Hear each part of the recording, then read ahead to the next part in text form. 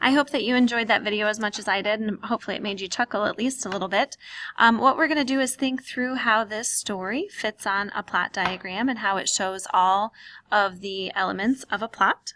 So if you remember correctly, we begin a story with the exposition typically, which is where we learn the characters, any important background information about them, and we have some setting knowledge introduced. So in For the Birds, we have the little birds who are lined up on a telephone line. They're bickering with one another, so we can infer that they're perhaps an argumentative or difficult to please group. We can read into the setting a little bit and that we know it is after telephone lines have been around, and we also could just generally say that it is during the day because of the background behind them. The conflict begins to be set up when the little birds begin to mock this bigger, more awkward bird who is not like them, and they're trying to exclude him because he is an outsider. So the rising action is when the problem really evolves and begins to grow, and this would be when the big bird jumps and lands between them,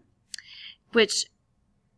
makes the little bird slide down the line, and the big bird falls down and he grabs it with his fingers, if you will, and the little birds begin to peck at him. The climax then ensues when all of a sudden his last finger slips off the telephone line, which leads us to our falling action, where he's on the ground and the little birds suddenly fall around him featherless or naked, and this big bird gets the chance to laugh at them. The resolution, or where all the loose ends are wrapped up, would be when these little naked birds seem to be a bit embarrassed and they run and hide safely behind the big bird who they had been teasing earlier. So I hope that this helps you remember and review the parts of a plot and how they would work on a plot diagram, and we'll be doing more with this in class.